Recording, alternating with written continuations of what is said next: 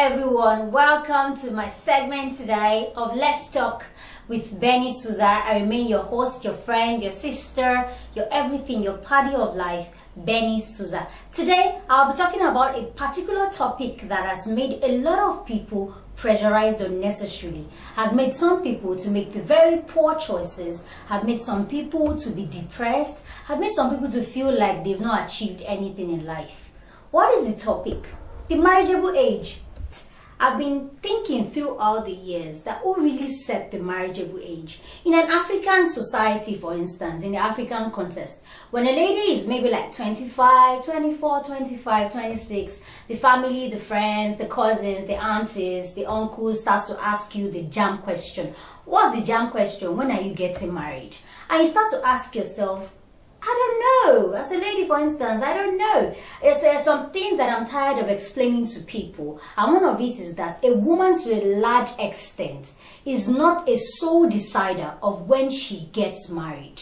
Let me explain that to you. Let her be beautiful, let her be ambitious, let her be 1,500 yards of wife material. Let her be a laundry service in some guy's house, washing clothes, cooking, a dishwasher, doing everything, helping the mother, buying gifts for the family, doing everything that she has to do.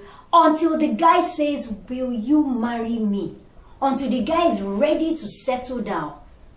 She's unmarried. So a woman, to a large extent, is not a sole decider of when she gets married. So the society needs to understand that the marriageable age, who sets it? Who does says that you have to be married by 25? Who says you have to be married by 28? Who says you have to be married by 30? If you do not meet the right person, what are you supposed to do? So what are you supposed to do when you don't meet the guy? As a lady, for instance, at 25, 26, 27, you marry your vulcanizer, marry your gays man, or what? You are not in control of that. So be everything you want to be. Nice, cook, this, that, be fashionable, be this, be all the virtuous woman you want to be, until the guy says, will you marry me? You're gonna be unmarried. So really, there are a lot of things that also bother, even for the man's aspect. Some guys, they are very good, they are hardworking, they are good men, they don't sleep around, they are very, very good men, they have a good job, but they might not be ready to get married.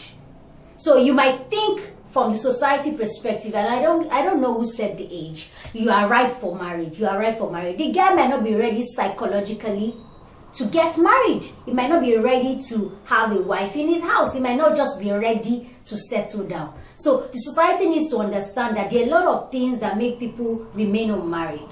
It doesn't necessarily mean that they do not want to marry. Let me give you an instance. A woman is good, she's all that, she's all virtuous woman, she's this, she's a good cook and all that, and she's not meeting the right guy. She has no choice than to remain unmarried. A guy is also good, he's also fantastic, he's a wonder, he's a decent guy, he doesn't cheat, he doesn't sleep around. And the girls he's meeting are like the secretaries, they're girls that sleep around, they're girls that just collect his money. He's going to remain unmarried.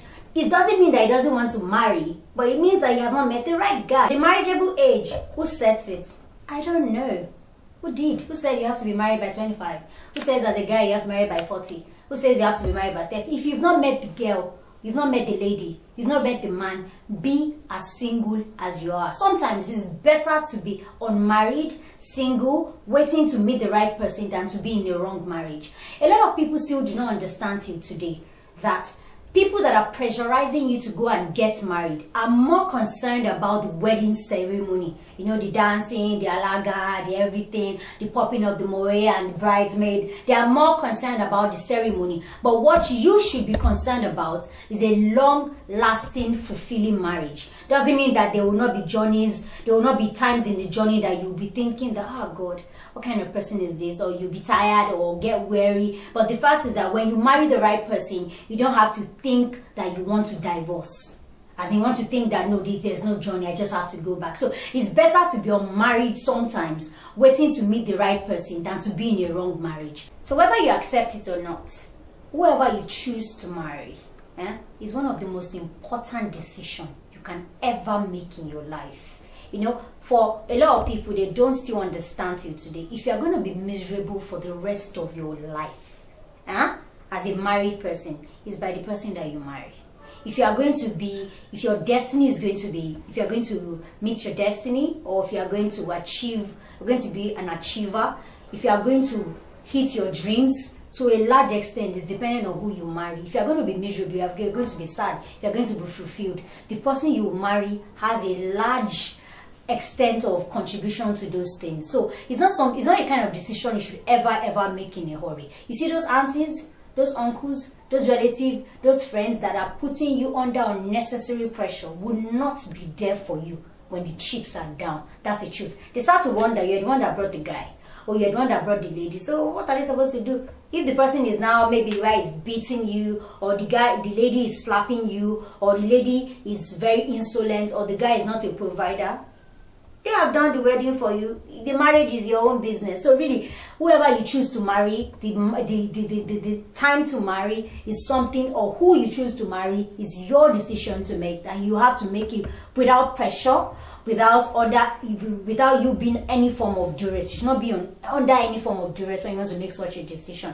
Now, you see a lot of people, for instance, they are scared of the jam question. What I call the jam question. What is the jam question? When are you getting married? Now, the thing about these things is that how you feel about the jam question, that is when are you getting married, is dependent on how you feel about being unmarried. Let me recap on that. If you're already feeling bad, dejected, if you are feeling like you have not achieved anything in your life because you don't have me, you're not Mrs., or you are feeling you have not achieved anything in your life because you're not yet a married man, if you're already feeling bad, if they ask you as a relative, when are you getting married, you will feel very bad, you will be aggressive, you'll be angry because you already feel bad. But if you're already feeling like on a chilling pea, I'll meet him at the right time, I'll meet her at the right time, I'll meet him at... So if you're asked, for instance, let me use my own strategy, and it works. It's a zero pressure strategy. When I'm asked at a family function, for instance, or maybe a friend says, "Ah, Benny, how far now? When are you getting married?" I'm like, on my wedding day. I've used that strategy, like that line, like 500 times. I tell you, it works. It shuts down the psychology of the other party because they don't know what to ask you again. You are not whining, you are not saying, "I don't know, I've not met the guy, I've not met the lady." Just say, "When I get married on my wedding day." So the wedding day can be this year, can be next year, can be 5 years, can be 10 years. It's on my wedding day, no pressures. So like I said earlier, I like to do this recap so that you don't forget. How you feel about the jam question. What is the jam question? When are you getting married? It's dependent on how you feel about being unmarried. So if you feel bad about being unmarried, when they ask you the question, you are resentful, you are angry, you are bitter, you are aggressive. But if you're already feeling like chilling pea, I'm going to meet him at the right time, I'm going to meet her at the right time, your anger will not be aggressive. To be on my wedding day, when I meet him, I'm not under pressure, I'm not dating at the moment. So you will be chilled. You will not be angry, you will not be hot, you will not be aggressive. Because you are not angry, you are not married. Yes, another thing again is that so there's a lot of societal pressure about go and get married, go and get married, go and get married. Societal pressure of go and get married, all your mates are married, go and get married. When they say all your mates are married, I'm like, some of my mates are dead too, really. Some people that were born in my age, as in at my time when I was born, are also dead. So really, when they say some of you are your mates are married, some of your mates are dead too. So really, there's no reason for you to be pressured unnecessarily. It might be tough in this our society, but the question is, do you want a wedding ceremony or you want a lasting marriage? That is your choice to make. Another thing I also like to add here is that who you marry is going to determine if you are going to be happy or a happier person. I don't want to say happy because you're supposed to be happy already. If you're going to be happier, or if you're going to be depressed, if you're going to be miserable, or they are going to either be a destiny push for you, or you are going to be a destiny inhibitor for you. What I mean by that, some people are either petroleum motor spirit, that your PMS, that is, they fuel your destiny, they push you to want to achieve your dreams, or they will be your inhibitor, they will be your fire extinguisher. So who you marry determines if you are going to, all your dreams are going to be extinguished with fire extinguisher by your spouse, or they are going to be fire enabled, like petroleum motor spirit. They will pour fire to achieve your dreams and everything. So please do not make a poor choice. Let me do a little recap. When are you going to get married? The jam question is a question that you have to answer in this African setup. People don't want to mind their business. How you feel about the question is determined about how you feel about being unmarried. If you are resentful about being unmarried, you'll be angry, you'll be aggressive, you will not want to go for family functions because you don't want the jam question. But if you feel like I've not met the right person, I'm going to marry at the right time, I'm not going to settle, you will not feel bad when they ask you the question. You say, when are you getting married? You say, on my wedding day. Everybody laughs and everybody keeps working. You don't feel bad about it. Then I speak to you again next time. I remain your friend, your girlfriend, your sister, your cousin, your whatever. Benny Souza. You can call me Benardette Souza. You can call me on the number displayed on the screen. You can also send me an email at letstalkwithbennysouza@gmail.com. You can also send me an intriguing stories, even if you want it to be shared anonymously. Please don't forget to subscribe to my YouTube channel. Please, that button subscribe do not hurt. It does not hurt anybody. Please subscribe to my YouTube channel. You can also follow me on Facebook and follow me on Instagram at Let's Talk with Benny Souza. Bye, ciao, ciao. And please do not forget, do not make a poor choice in a hurry. Please be sure you are ready to marry. Be sure you are not under pressure when you choose to get married. Thank you. Have an amazing day. Bye.